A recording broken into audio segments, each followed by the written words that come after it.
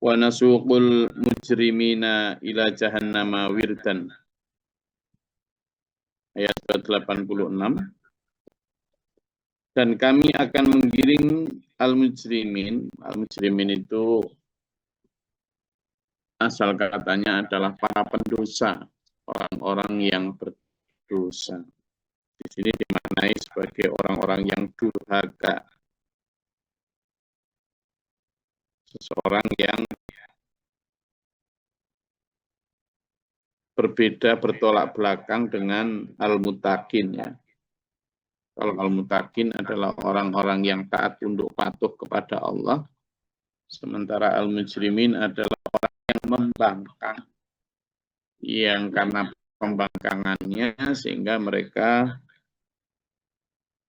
terlibat banyak kesalahan dan dosa. Bagaimana nasib mereka? Ayat ini menjelaskan bahwa mereka akan digiring ke neraka jahanam dalam keadaan tertatih dan kehausan. Bagaimana ya dulur ya, kita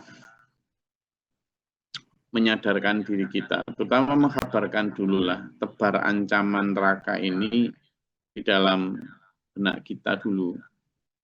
Kemudian baru kepada orang-orang di sekitar kita.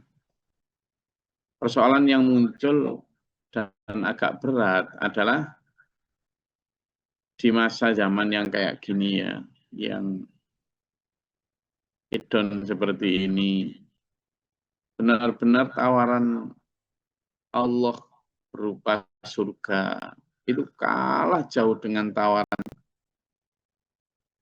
kemewahan dan gemerlap dunia ini.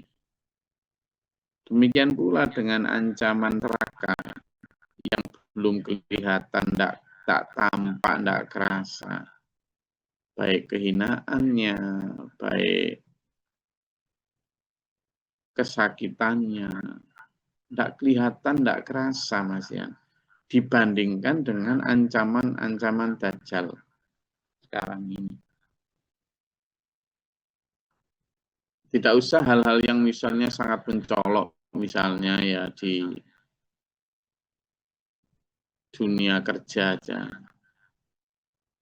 Orang-orang Hollywood sana, politikus-politikus di barat sana, terutama di Amerika itu ya misalnya, kalau dia menyuarakan tentang misalnya Free Palestine misalnya, itu mesti kemudian hari berikutnya kalau dia artis dia nggak akan dapat job film, pasti wes dipastikan karirnya akan redup. Di politik Amerika juga gitu, baik presiden maupun siapapun, kalau dia nggak mendukung Israel, pasti nggak terpilih. Bahkan mungkin akan disangkutkan dengan skandal ini itu. Itu kan di luar ya, gampang melihatnya. Barang siapa yang tidak ikut Dajjal akan ini, gampang itu. Tetapi di kita ini yang kayak nggak ada urusannya dengan Israel, kayak nggak ada urusannya dengan Amerika, Hollywood, juga sebenarnya sama ya. Tawaran-tawaran yang sifatnya membuat seseorang itu kemudian menjadi al-mujrimin tadi,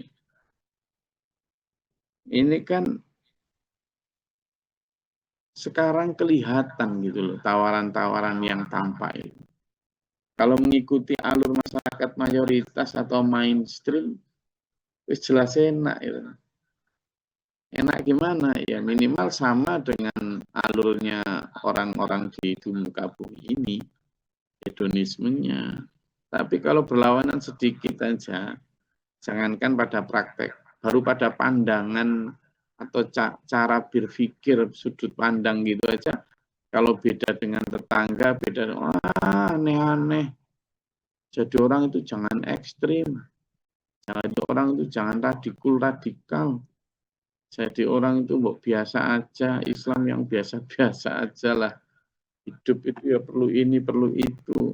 Ngaji kok aneh-aneh. Suara-suara atau adzan katsiro itu udah muncul. Itu. Nah sekarang gini dulu. Kenapa saya ajak sampai untuk berpikir ke sana? Kalau dalam ayat 86 ini kami seret, kami giring orang-orang yang berdosa itu ila jahannam, ke neraka jahanam, wirdan, dengan tertatih kehausan. Ini kan sebenarnya Allah sedang ingin menggambarkan betapa nista siksa akhirat itu nanti. Tapi kalau kita benar-benar tidak melambari itu dengan yakin betul bahwa janji Allah itu pasti dipenuhi, baik janji ancaman siksa neraka, kenikmatan surga, ya kita nggak akan takut gitu. Nggak akan ada getaran sama sekali ketika dibacakan ancaman Allah. Kemarin kita sudah bicara dan membaca ayat sebelumnya bahwa orang-orang beriman itu ketika dibacakan ayat-ayat Allah, maka mereka akan bersungkur sujud. Kan gitu. Di ayat yang 58 kemarin loh. Idza tutla alaihim ayatul rahman kharru sujjadan wa bukiyan. Kan gitu. Ini kan ayatnya itu, yang ayat 58 kemarin. Surat Maryam juga. Orang-orang yang memiman hadaina wa jatabaina, orang-orang yang kami berikan hidayah dan kami pilih, itu cirinya adalah idza tutla alaihim ayatul rahman, ketika dibacakan atas mereka ayat Allah yang Maha Pengasih, itu khurun, mereka bergemetar bersungkur, sujud dan bersujud, wabukian dan menangis. Ayat-ayat seperti ayat 86 ini yang kemudian menggambarkan betapa orang yang mujrimin itu nanti akan diseret dalam keadaan tertatih, itu bagi orang-orang yang bertakwa itu ngeri sekali. Karena ketika mendengar seperti itu benar-benar mendengar ancaman yang ngeri. Seperti misalnya mendengar ancaman dari dokter, ini kalau nggak dioperasi, kanker ini bisa membunuhmu dalam waktu sekian bulan. Nangis kan kalau ada dengar gitu. Tapi begitu kita dikasih tahu bahwa kalau penyakit-penyakit nifak, penyakit kikir, penyakit hubud dunia itu, cinta dunia itu, nggak kamu operasi segera, lalu kamu menjadi orang yang al-mujrimin, yakni orang yang berdosa, nanti kamu akan diseret ke neraka jahanam dalam keadaan tertatih kehausan. Loh itu kan karena nanti masih nanti, nggak ada orang kemudian gemetar itu. Tapi bagi orang-orang yang bertakwa seperti ayat 58 tadi ya bergetar. Karena dia seperti sedang menghadap dokter lalu ada ancaman tadi itu. Gitu. Nah ini bagaimana menumbuhkan ini kita tuh. Karena kalau sudah kasep di sana, la yamlikuna syafa'ata illa man ittakhadha 'inda rahmani 'ahdan. Mereka tidak berhak mendapat syafaat pertolongan kecuali orang yang telah mengadakan perjanjian dengan di sisi Allah dengan Allah yang Maha Pengasih. Apa yang dimaksud dengan mengadakan perjanjian? Ialah menjalankan segala perintah Allah dengan beriman dan bertakwa kepadanya. Kapan sih kita mengadakan perjanjian itu? Pertama adalah pada saat kita berkata ketika ditanya oleh Allah, alastu birabbikum, apakah aku ini Tuhan kalian? Artinya itu kan, apakah nanti ketika kamu lahir di dunia akan menuhankan aku, taat tunduk padaku, menjadikan aturanku sebagai sandaran utama dalam hidupmu, menjadikan keputusan-keputusan aku sebagai hal yang kamu langsung sami'na wa ata'na. Kita semua menjawab waktu itu, bala syahidna. Inggih Gusti, Engkaulah Tuhan kami, dan kami berjanji, bersaksi akan menegaskan tauhid itu, akan taat tunduk padamu. Itu janji kita. Dan kalau janji itu kemudian begitu lahir di dunia, kita terapkan, dikuatkan lagi. Yang janji kedua apa? Dengan ikrar syahadat itu. Asyhadu an la ilaha illallah wa asyhadu anna Muhammadar Rasulullah. Itu janji, itu sumpah, sebuah oath, sebuah pledge, gitu loh. Nah, ketika janji bahwa kita akan tidak ada Tuhan selain Allah, kan gitu. Lebih makna besarnya kan la ilaha illallah itu tidak ada Tuhan yang layak disembah kecuali Allah. Bahwa Allah satu-satunya yang harus disembah. Dan yang namanya disembah kan tunduk patuh. Kemudian janji syahadatain kan, wa asyhadu anna Muhammadar Rasulullah, dan aku berjanji, bersumpah, bersaksi kan gitu itu. Bahwa bersumpah nih, bersaksi nih, Rasul Muhammad adalah utusan Allah. Nah, padahal fungsi utusan Allah adalah uswatun hasanah. Maka kata Allah, di akhirat nanti yang tidak tertatih-tatih, yang tidak tertatih-tatih kehausan, yang tetap memiliki bantuan pertolongan ketika la yamlikuna syafa'ah tadi, ketika mereka manusia kebanyakan tidak mendapat pertolongan, ada yang mendapat pertolongan. Siapa? Orang yang menepati janjinya kepada Allah tadi. Janji ketika di Lauhul Mahfuz mereka, di alam ruh, di alam ruh mereka berjanji ketika Allah berfirman, a'udzubillahi minasyaitonir rajim, alastu birabbikum, bukankah aku ini Tuhanmu, kamu akan taat aku. Qalu, semua ruh menjawab, bala syahidna, inggih Gusti, kami bersaksi dan kami akan tunduk patuh. Itu janji pertama. Orang-orang yang menepati janji inilah yang kemudian nanti bisa mendapatkan syafaat, pertolongan dari Allah. Juga orang yang menepati janjinya ketika syahadat. Makanya Islam itu tidak hanya bicara syahadat di lisan, tetapi juga yang wa'amalu bil arkan, yang diamalkan dalam perbuatan. Jadi itu artinya menepati janji. Jadi kalau hanya di lisan berarti hanya ucapan janji tok, nggak ada prakteknya, nggak ada buktinya. Khawatir saya sia-sia gitu loh. Jadi memang ada hadis yang menyatakan bahwa selama di hati manusia itu ada tauhid, la ilaha illallah, maka dia tidak akan disentuh api neraka. Kan gitu hadisnya itu. Nah, kadang hadis ini dipakai sebagai alat orang untuk meremehkan. Ah, pokoknya aku pernah syahadat, pasti masuk surga, nggak akan disentuh api neraka. Tidak begitu. Kalau kita melihat ini adalah orang-orang yang illa man ittakhadha 'inda rahmani ahdan, yang tidak tersentuh api neraka adalah orang yang menepati janjinya kepada Allah. Berarti bukan hanya sekedar ucapan di lisan. Kalau hanya ucapan di lisan berarti tidak hilangkan api neraka. Betul-betul panjang lebarnya begitu. Karena apa? Karena mereka itu yang berkata bahwa orang-orang yang durhaka kepada Allah itu adalah orang yang mengatakan bahwa Allah memiliki anak. Benar, laqad ji'tum syai'an idza, mereka itu datang dengan membawa kemungkaran yang luar biasa. Takadu samawati yatafattarna minhu wa tanshaqul ardu wa takhirul jibalu hadda an da'u lirrahmani waladan.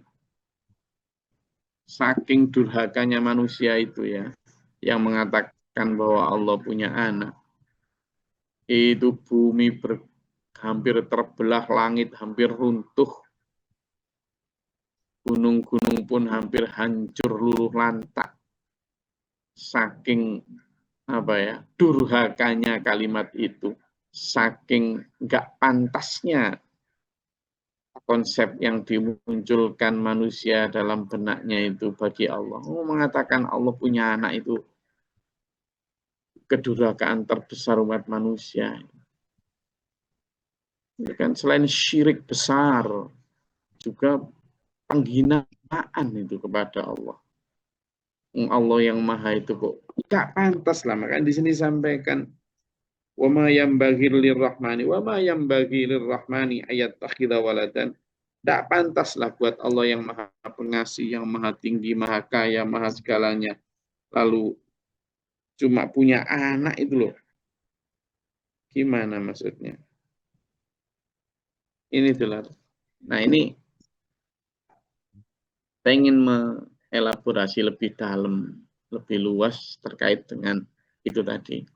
Kita ini punya janji dengan Allah. Punya janji dengan Allah. Itu. Jadi ada satu kalimat mitsaqon ghalidho istilahnya.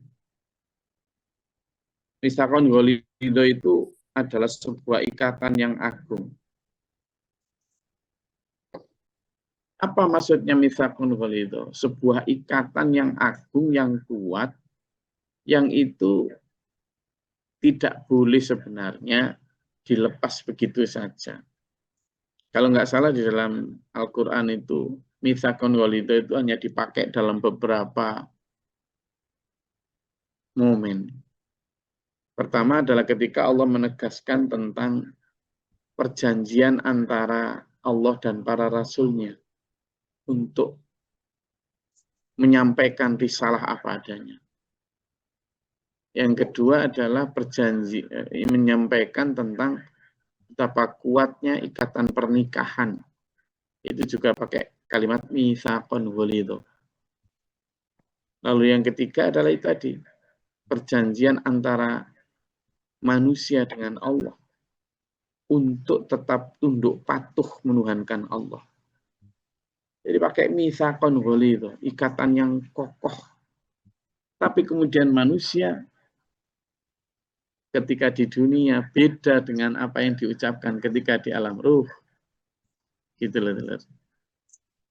Iya, ada yang benar-benar sama sekali melawan dengan cara seperti itu tadi, menuhankan manusia, mengatakan Allah punya anak. Tapi ada yang cara lebih halus. Di mulutnya mengatakan la ilaha illallah, tidak ada Tuhan selain Allah. Tapi dalam prakteknya, misalnya seperti orang Arab zaman jahiliyah dulu, yang menjadikan hal-hal batu apa sebagai wasilah di dalam menyembah Allah. Mereka katanya masih menyembah Allah. Itu hanya sebagai perantara. Lalu ada yang lebih halus lagi. La ilaha illallah. Mereka mengucapkan la ilaha illallah. Ya, tetapi ucapan la ilaha illallah itu hanya di lahir.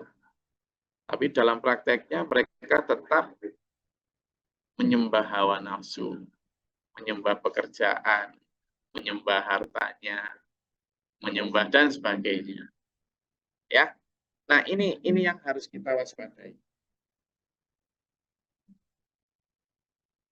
Kalau kalimat tentang hampir saja, kemarin sudah kita bahas ya dalam ayat sebelumnya bahwa betapa dahsyatnya ayat Al-Quran itu. Tapi ya karena manusia hatinya keras ya. Padahal seandainya dilemparkan gunung yang terdiri dari batu pun hancur. Yang ini, apalagi dengan kedurhakaan manusia itu. In kullu man fis samawati wal ardi illa atir rahmani abdan. Padahal tidak ada satupun sesuatu, bahkan manusia atau orang pun yang ada di langit maupun di bumi itu, kecuali nanti akan menghadap Allah sebagai hamba. Sebagai hamba. Tidak ada yang tidak sebagai hamba itu. Sampean yang sekarang jadi ketua takmir, jadi ketua RT, RW, kepala desa, bupati, camat, gubernur, presiden, alah. Semua kita nanti akan menghadap Allah sebagai apa? Hamba, tidak ada yang sebagai tuan belas. Tidak ada. Semua embel-embel kepala, komandan, mulai dari kopral sampai jenderal, tidak ada. Semua sudah menghadap Allah dengan apa? Sebagai apa? Abdan, hamba.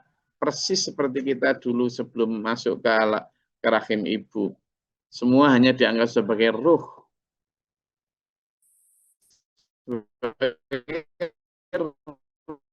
Ruh. Tanpa embel. Semuanya sama. ini sebenarnya sudah disimbolisasikan, divisualisasikan ketika kita sholat. Ketika kita sholat, itu sebenarnya kita kan sedang menghadap Allah tuh. Di situ sebenarnya kita juga sudah ditunjukkan bagaimana nanti ketika kita menghadap Allah di akhirat.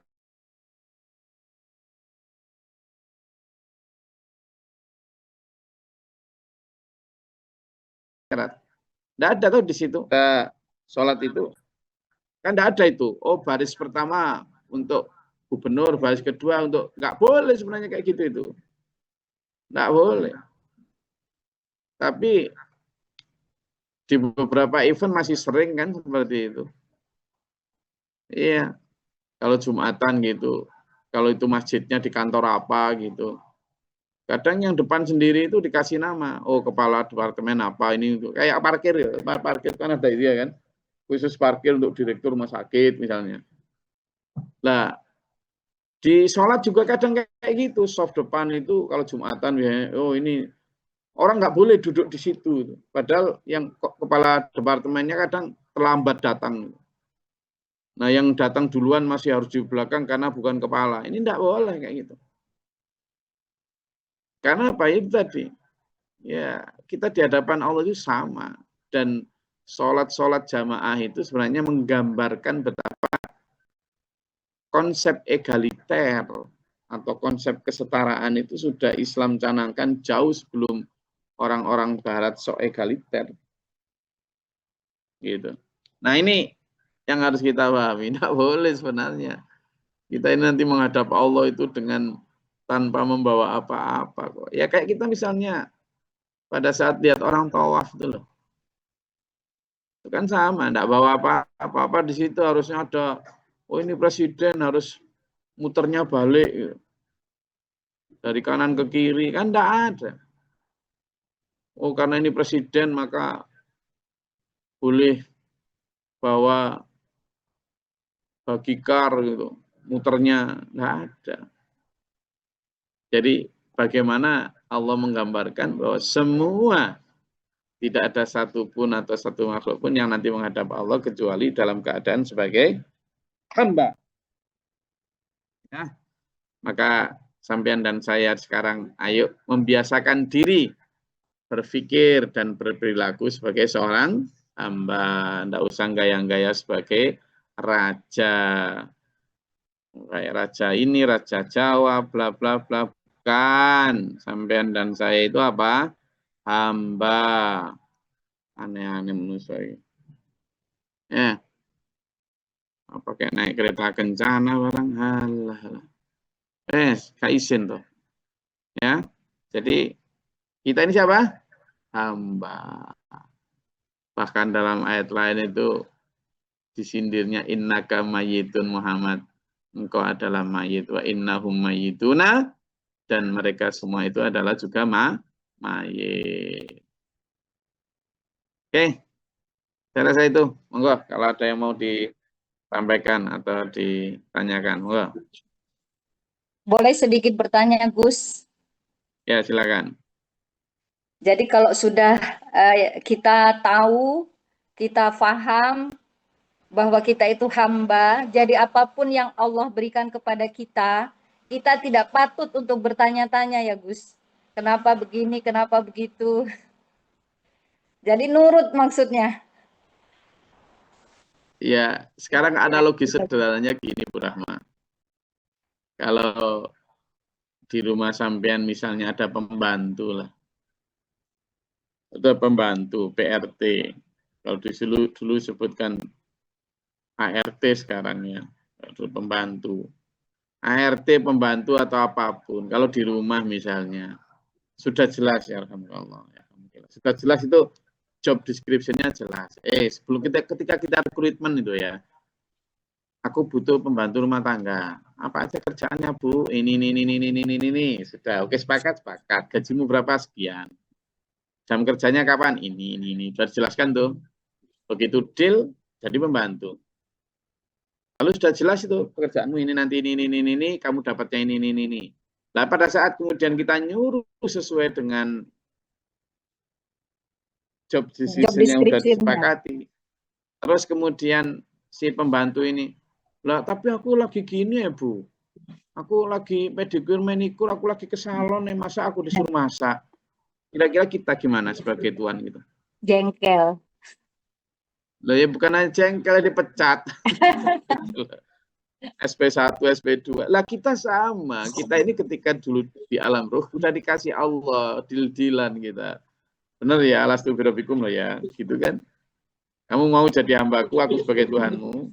Ini job description-mu. Apa? Ini udah disampaikan kan nanti dibawain sama Rasulullah ini job description-nya.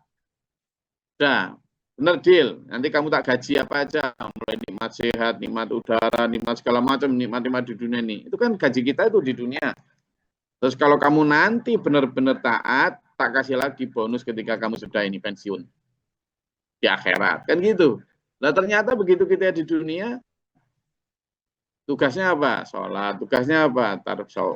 Ngaji, tugasnya apa? Sedekah, tugasnya Wah mau ya Allah, aku ini kan lagi ini ya Allah, aku kan lagi gini, aku sibuk ini.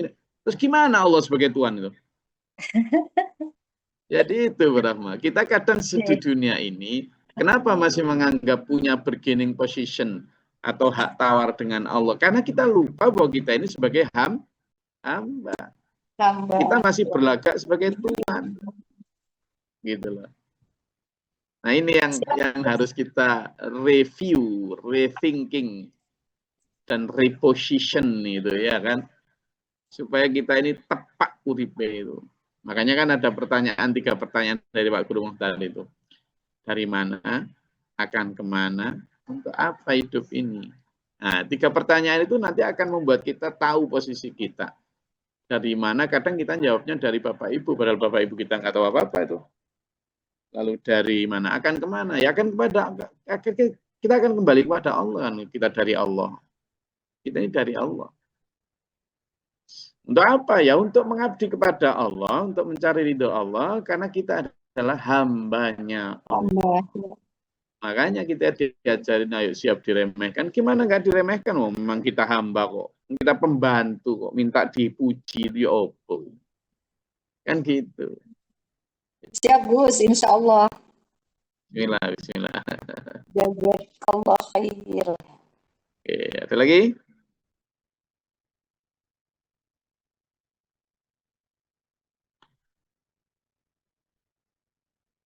Ada? Yang mungkin mau disampaikan atau ditanyakan?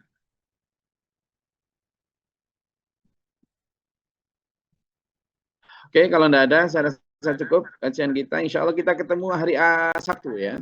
Hari Sabtu ya. Atau kita libur beberapa hari, 5 hari, 1 pekan gitu?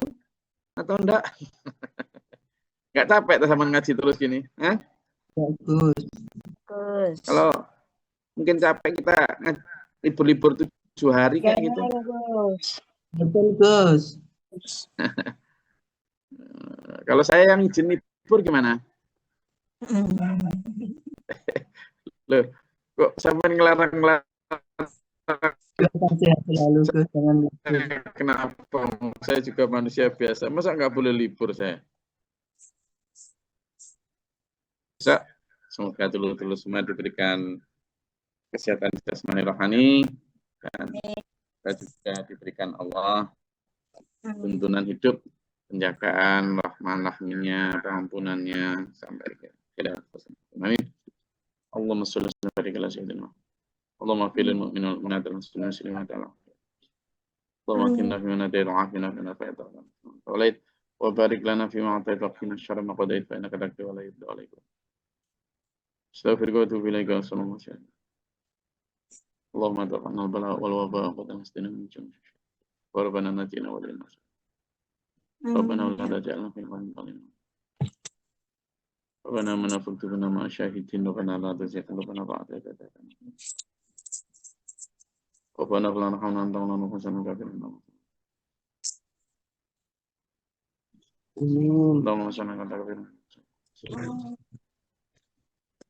Rabbi a'udzu bika min hamazati syaitan wa a'udzu bika rabbi an tahzan. Allahumma ta'ala nufa rahmatika Allahumma zilna rahmatan. Allahumma qdi lana sabran sabit wa lana fasana. أعوذ بالله من شر البلاء والبدر كشر والسوء والأشمال ربنا هب لنا من أزواجنا وذرياتنا قرة Amin. ربنا آتنا في الدنيا حسنة وفي الآخرة حسنة Amin. ربنا تقبل دعاء إنك أنت السميع العليم من أول مدة تشديد وسلم لباتنا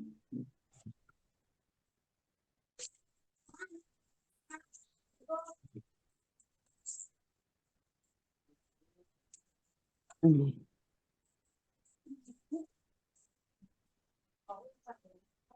Alhamdulillahirrahmanirrahim. Assalamualaikum warahmatullahi wabarakatuh. Allahumma rahman. Waalaikumsalam warahmatullahi wabarakatuh. Matur nuwun, Gus. Allahumma minhu